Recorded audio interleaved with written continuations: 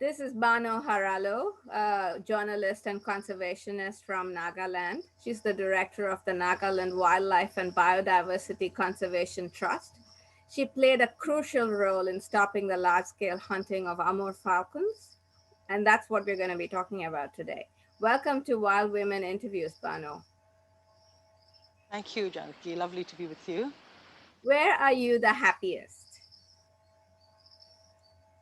Oh, okay. I think I'm really truly happy when I'm doing something creative and I'm involved with something creative. What is your most treasured possession?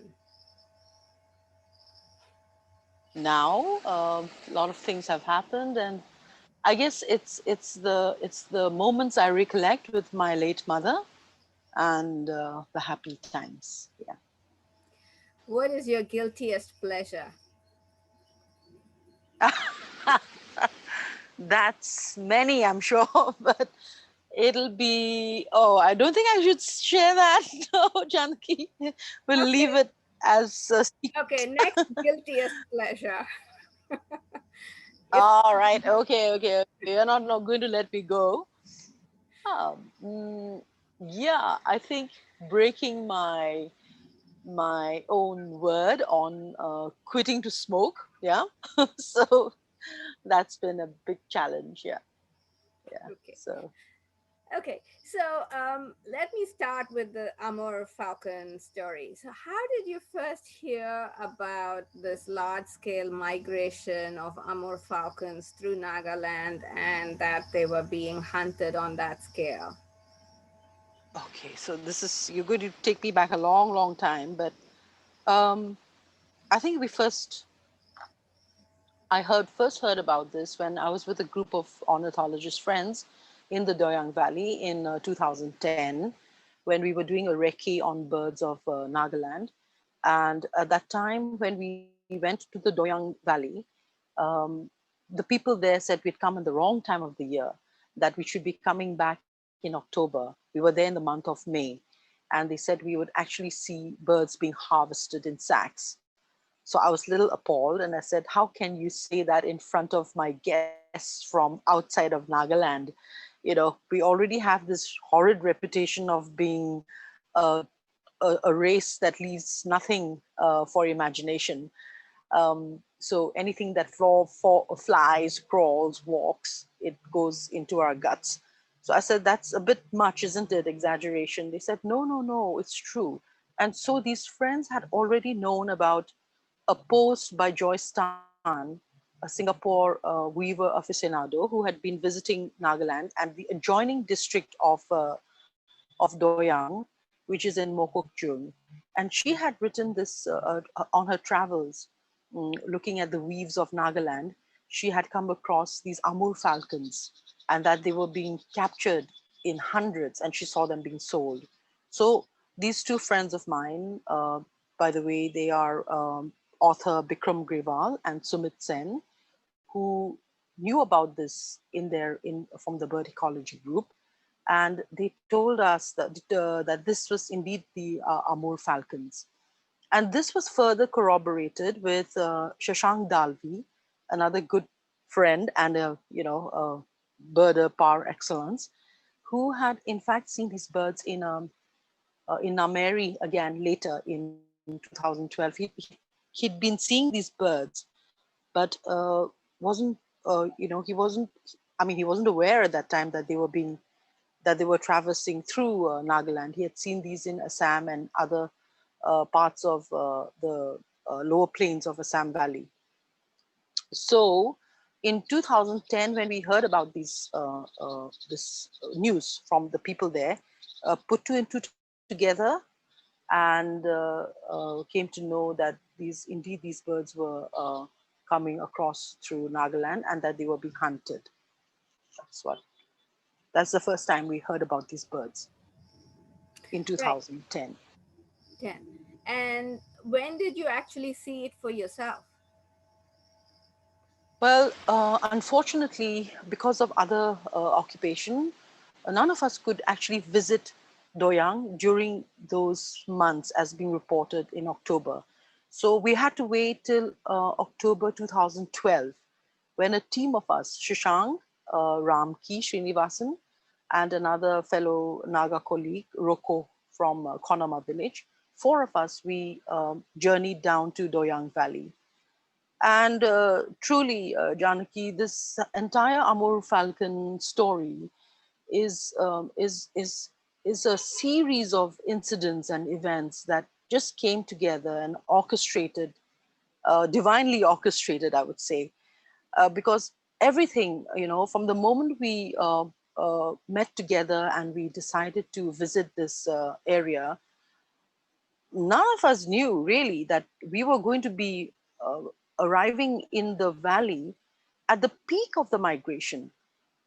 So the birds had already started arriving in the first week of October, and there was no information coming out that such large scale hunting was going on over there. But when we reached our guest house, the NEPCO, Northeast Electric Power Corporation guest house in Doyang, um, barely had we alighted from our vehicle, then we saw two girls coming in into the electrical guest house complex with dressed birds and little birds. And they had like, a few in their hand and a bag full each. And so I asked them, I said, where are you going? And what are these? They said, these are Amurs. And they had, customers available for these birds. So while we were there, within half an hour, they came back and they had sold off all those birds. They probably were carrying, at least between the two of them, anything between 80 to 100 birds. So those were sold within half an hour to 45 minutes while we were there.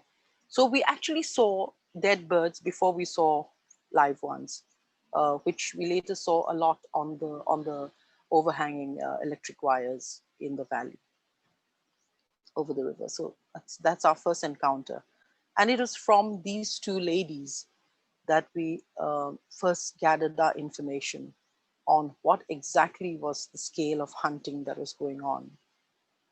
So, and how the hunters would use these nets, which they would put up high up in the sky, the fishing nets, which unused fishing nets to trap these birds. And so from there, we made our way up to the village in Pangti, where a lot of the hunters are supposed to reside in. So on the way, it was en route that we met those a group of hunters with those bunches of birds, and then we made our way to the village. It was almost nearing noon, so there was hardly any adults in the village, but because most of them had gone off to their fields.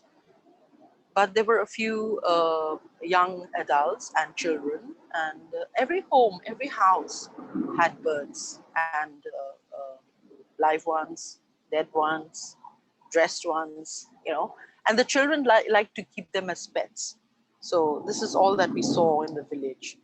And at that point of time, there was very little knowledge about the biohistory of the bird, but obviously the bird had been coming to that area for a long time, because as we learned, they had local names for these birds in that area. And so this phenomenon had been carrying on for a while, but this large arrival in such huge numbers, I think, is recent in memory. And although my mother would also tell us that there was a time when they were young and they were in Kohima, which is at least, say, 100 kilometers away from this valley, Doyang Valley, where they would hear about the birds arriving in these dark feathered creatures coming in this village. And so they have once again arrived in Lotha territory. That Wokha district is the district occupied by the Lotha tribe. So we were in the Angami region in Kohima. So they would say, oh, so these creatures have again come to darken the skies in the Lotha area. So these kind of reports were there, we're talking about maybe 70, 80 years ago. So this migration clearly was happening, but the explanation of why they are being seen at such large numbers over one area in so suddenly is quite a mystery. And although we think that it's because of the creation of the Doyang reservoir, the dam. We're not sure really, but because there's a huge water body there, so, and also the trees are there for the birds to roost, and then the availability of the insects and termites they feast on is also readily available in those areas. So probably all the factors coming together has pushed these birds to come in such large numbers over the years since the creation of the dam in 2002. What did you do next? Like once you realized the scale of the hunting and you wanted to do something about it, whom did you approach and what did you say? Okay, so this was quite alarming by any standards of visually, truly visually encountering something on this scale. Um, So the best strategy was really to take the bull by its horn and to meet, the village council members and to share with them, um, or rather not share with them, but to really understand. Let them talk first. I wanted to hear them talk first, and so that we would understand where they were coming from, why what was taking place was happening, and then perhaps we could respond to their reasoning with our reasoning. So that was the stand we took, and we also realized very early on that we are not there to be in conflict with the community, which clearly regards hunting as their birthright, and which does not want any social disturbance from any quarters, or any intervention from people outside the community. And clearly we are just there for a day, maybe we're there for a decade, and then we're out. So it was important that from the beginning, whatever interventions we try to bring, uh, we we do something which will better the community, and it's something that the community requires. And perhaps they may not be aware, but if we tell them, and they would be able to see that yes, indeed, this is something that they require. So one of the things obviously was uh, which helped us in good stead was, before coming to Doyang, we had carried out a random survey of wildlife across the state of Nagaland. So it became very clear that there was an acute shortage of awareness of wildlife conservation. And so it truly busted the myth of, hill people, tribal people, community people have our repositories of all traditional knowledge, and they know how to look after their forests, and they know how to look after their wildlife, and they know how to take care of their natural resources. That survey busted all that myth, because clearly it was showing that the relationship, the affinity between the forest, land, water, soil with the present community is very fractured. It's very broken down. And the factors are many.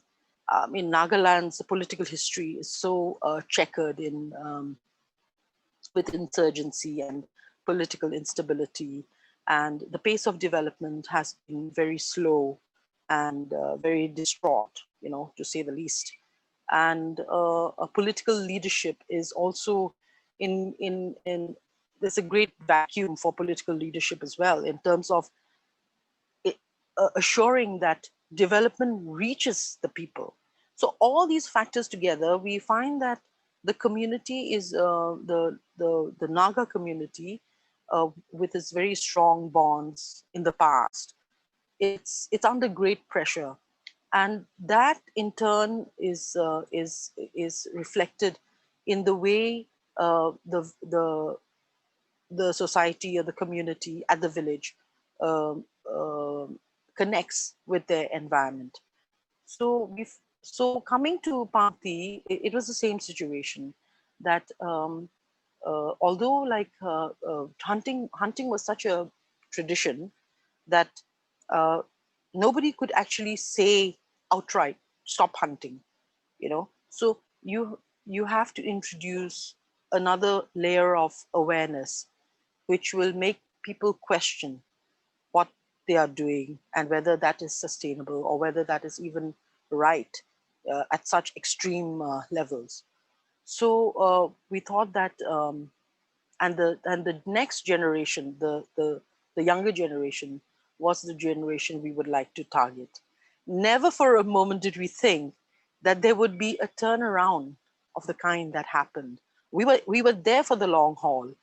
We were ready to be there for the next 7 years, 10 years, whatever, to initiate a change in that area, and to really truly understand.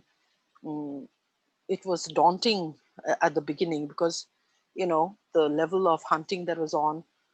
How could we even think that, we dared not even think that we would be able to influence any change in such a short time.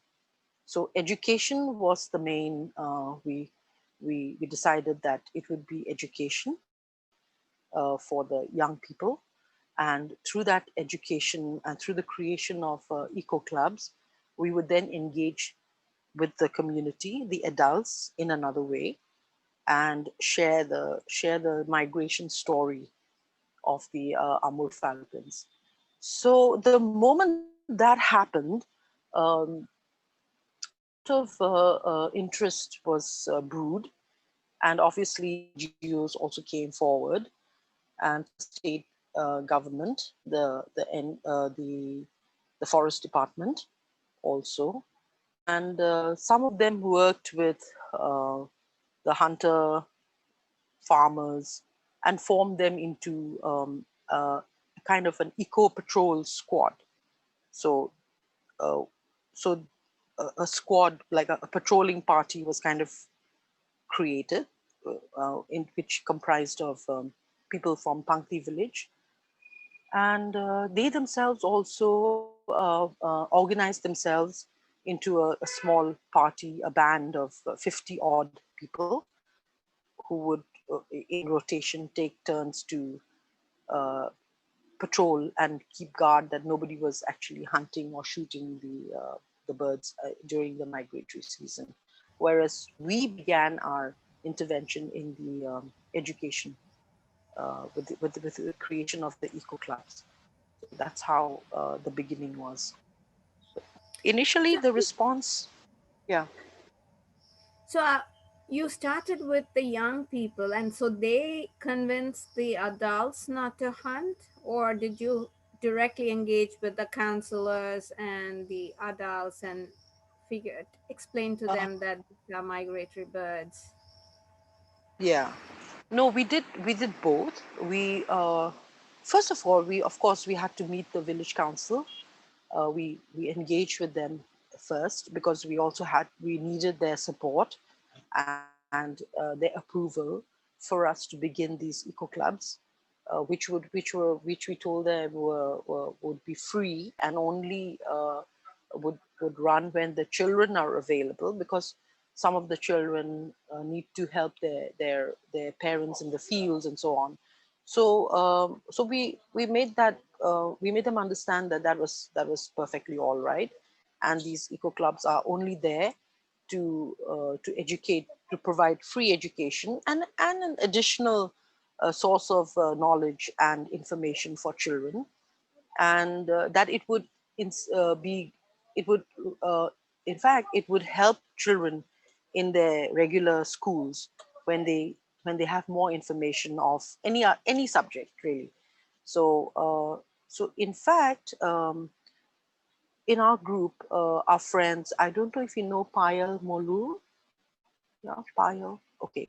So she designed a beautiful course on the education of for the Amur Falcons, and um, we have a proper a small little short little curriculum on the Amur Falcon, and we made it fun for the children, and we created what we call the Amur Falcon passport and so on. So if they finish their lessons and then they get a passport, and that actually created quite a stir in the village that we're getting a passport, and it's the Amur Falcon passport to South Africa. And so that kind of a thing. But with the elders, so they approved of the introduction of the eco clubs, and so to conduct these eco clubs, we had to then train a set of people in the village. So we had to select some 20 people, and out of 20 odd people, we brought them down to 4.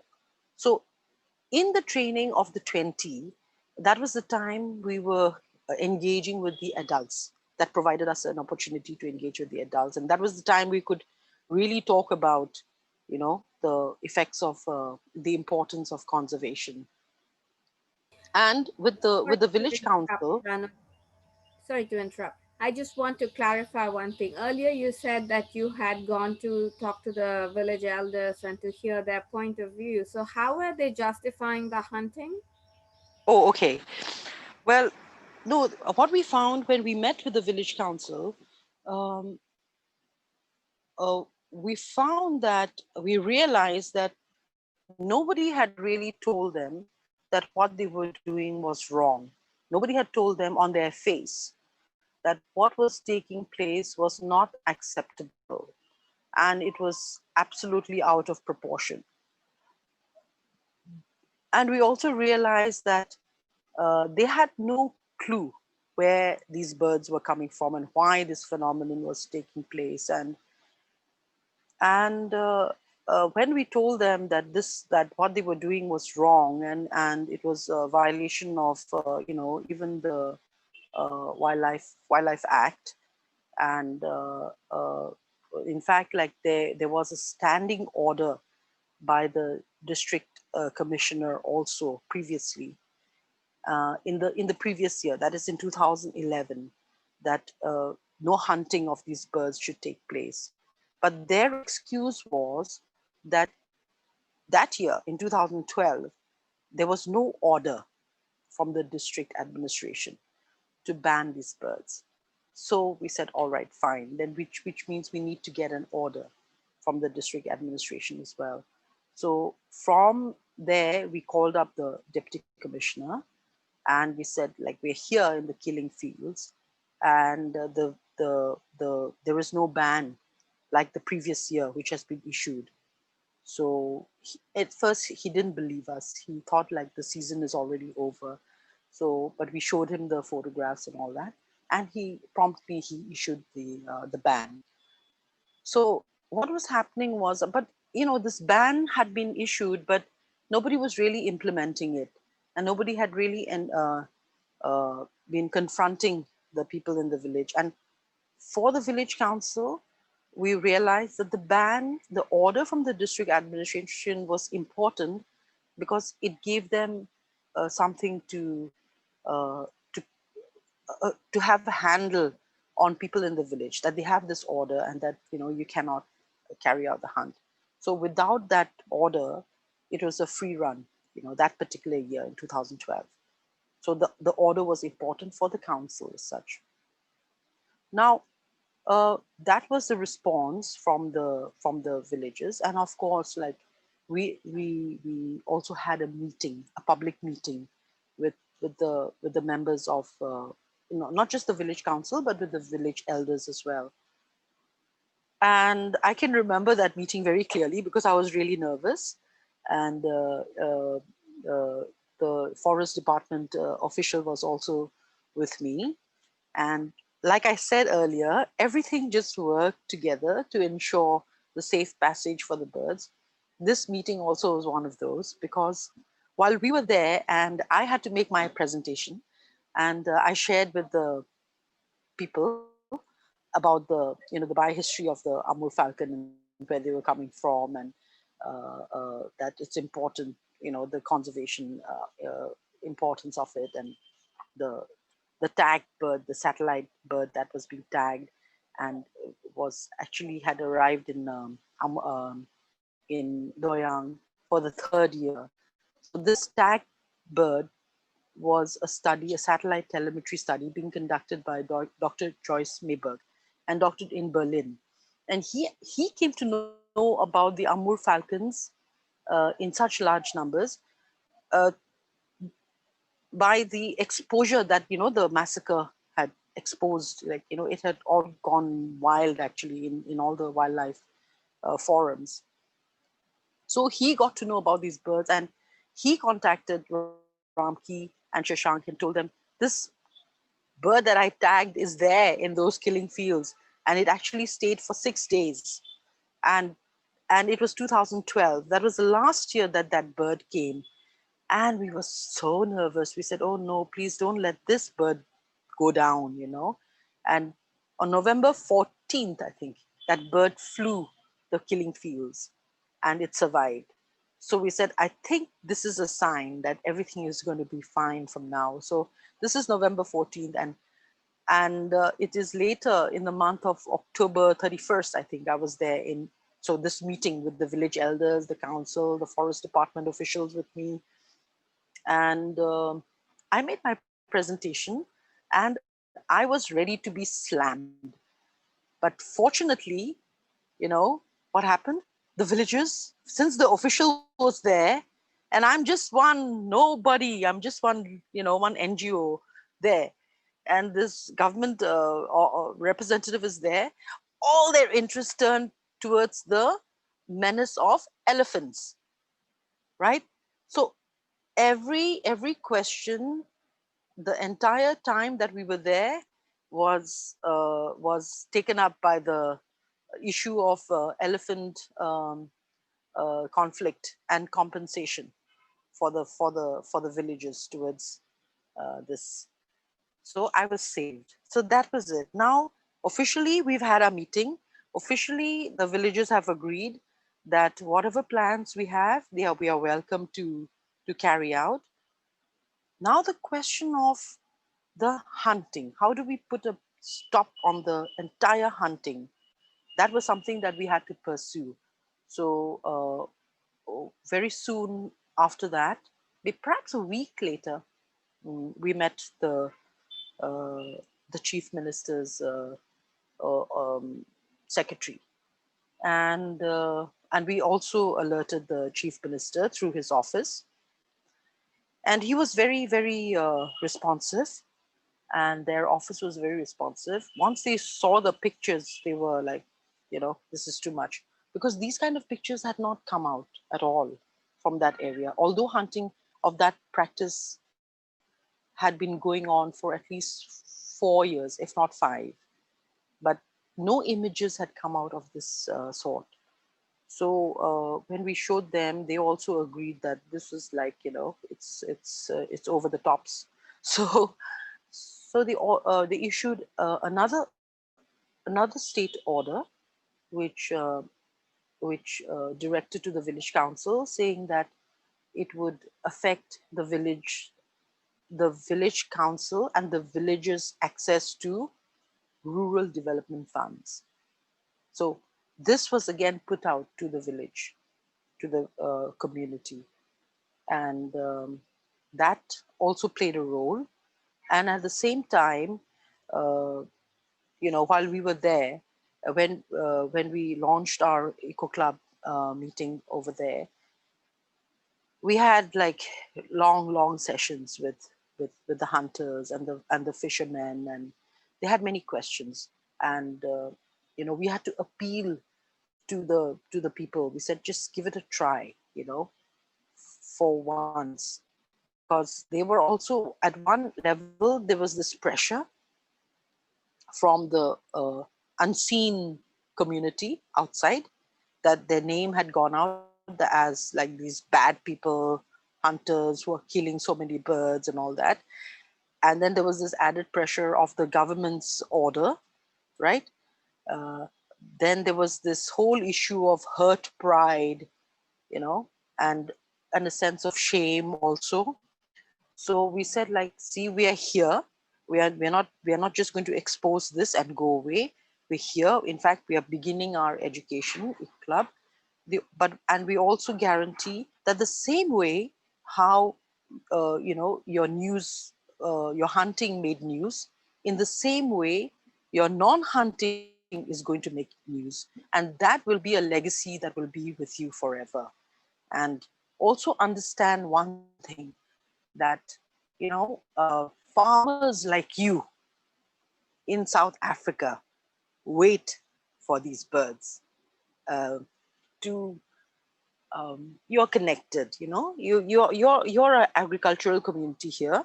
There's an agricultural community back there in South Africa, and they also wait for these birds to clear their fields, just like you also welcome these birds to clear your fields before you begin cultivating the land. So that's when I think that is when they made that connect, that emotional connect, that agriculturalists, people like them, are also with them. And so we also shared stories with them about how, in the papers, in South Africa, as well as on the website, stories had come out of how people who would normally see Amur falcons in their backyard suddenly, over the years, found that the birds had completely disappeared, and they connected it to the slaughter that was taking place in Nagaland, and the population that was disappearing in Nagaland. So when we shared these kind of instances and stories, I think they knew where they stood, and the role that they had to play. And I think it's really remarkable that they rose to that occasion to keep their word till now. I would imagine it's hard to convince people that birds darkening the skies. I mean, that many birds. I mean, if I were a hunter, I would say, but there are so many birds. How does my hunting affect the population? So, Mm. so how did you deal with that question? Yeah, I think, like I said, that they were finishing off an entire population over there, and in fact, when we put out the figures of at least anything between uh, a lakh 40,000 to 2 lakh birds being killed during the peak of the migration season, they themselves came forward and said, actually, it's not. It's much more than that. You guys have just hit the tip of the iceberg. Okay. So we said, well, then in that case, like, how does it make you feel to be known as now the protectors of a species that you once hunted so widely? And I think uh, they that is the mystery, that not mystery, but the character of the people, that they had given their word in spite of knowing that they were going to be uh, giving up a bonus, seasonal bonus opportunity, where they were also making a lot of money. And but I think this is the sense of the of pride and the word of a community, that they are going to hold on to, make this their legacy. And also the fact that uh, uh, when the falcons were uh, when the group of scientists came and satellite tagged these birds there, uh, they were it was uh, the village was just opening up to so many things at one time because of the birds, because of the arrival of the birds. And so I think the people have understood that their future is connected with how they treat these birds. I think that is a realization that dawned early on them, much before we made those connections. We can reflect now and try and analyze and all that, but in their from their place, they saw all this connection, I feel, from the start. And so, like, again, once again, just everything coming together, you know. Never have we seen also birds being tagged, and and they were all involved in. And there are very funny anecdotes of uh, how these birds had to be, caught to be tagged, and how these scientists from Hungary tried to catch the birds and they couldn't succeed, and how these group of hunters were laughing from behind and being very amused at the techniques that these foreigners were adopting, and how they tried, and they would call me up and they say they're going to be there in the fields for about a month. The way they're going about it, they don't know the behavior of the bird, and So I said, why don't you go and help them? Don't waste their time. He said, but they haven't called us yet. So that kind of a thing. So anyway, so then they got involved, and they caught the birds for the scientists, and then they saw the birds being tagged, and the birds were named after village of Pangti, the district of Woka, and Naga, the for the Naga race. So I think all this played a great role in elevating the pride of the people who were directly involved in the hunting. So, like I said, everything again, there was the scientists were not supposed to be there, but it just so happened that they were in India, and they had come for another project, and it happened to be the wrong time, or they missed the timing or something, and so these three satellites were free, so it was diverted to Nagaland for the tagging of the Amur Falcons. It, I, yeah, one of the things that would come up in a situation like this is compensation of people who've now lost a livelihood. And tourism could have played a role because bird watchers can come from all over the world to this location and uh, spend a lot of money in the community, which could compensate for the loss of a livelihood from the hunting. But now with COVID and tourism taking a hit, what is happening this year? Do you know? um, but yes, ecotourism was one of the offshoots, which we also shared with people in the village that they could benefit from. On the issue of compensation, we were very clear that you cannot have uh, uh, compensation for conservation. It just doesn't exist. The very fact that you conserve, and the conservation itself will bring you byproducts, and we don't know in what way, but you will be gaining something definitely by the sheer act of conserving. We don't know, it could be that your village doesn't get sick, you because of malaria or anything, or you get water. You Because of your act of conservation, you are assured water in that area, because conservation will bring you in the long run, benefits in the long run, but we can't say exactly how. But immediately, yes, things like tourism, and things like development, also towards tourism projects from the government, is something that they had expected. But the government's role in creating the infrastructure for tourism has been very slow in this area. So it has really remained at the basic homestay kind of tourism, which is fine, which is what it should be. But because of the roads are so atrocious, the roads desperately need to be improved, and that is something only the government can provide. No NGO can provide.